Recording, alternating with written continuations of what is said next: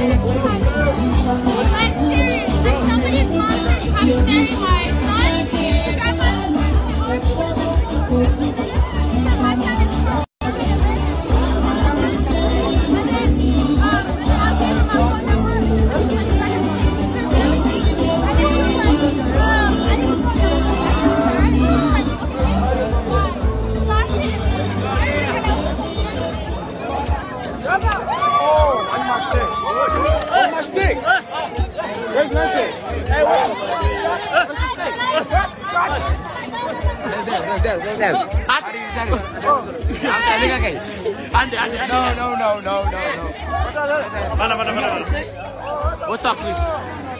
Adam, where you at?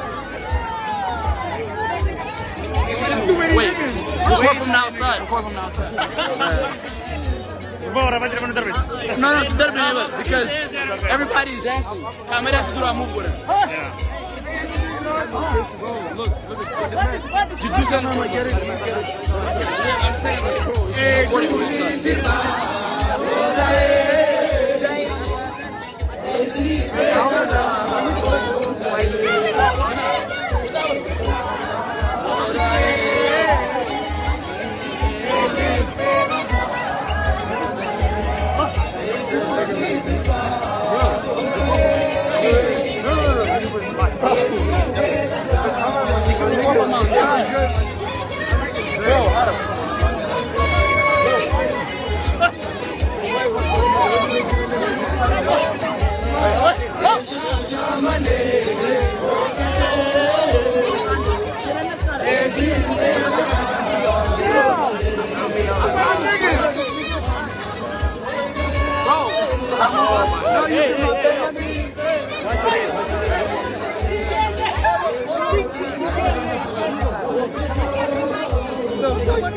Get out of here, that nigga.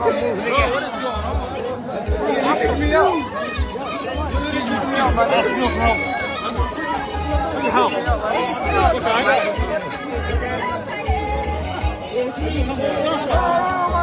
You kicked him out of the circle, that's what.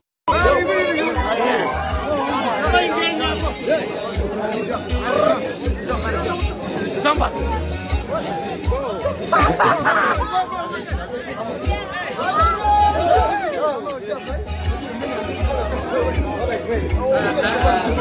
That's up.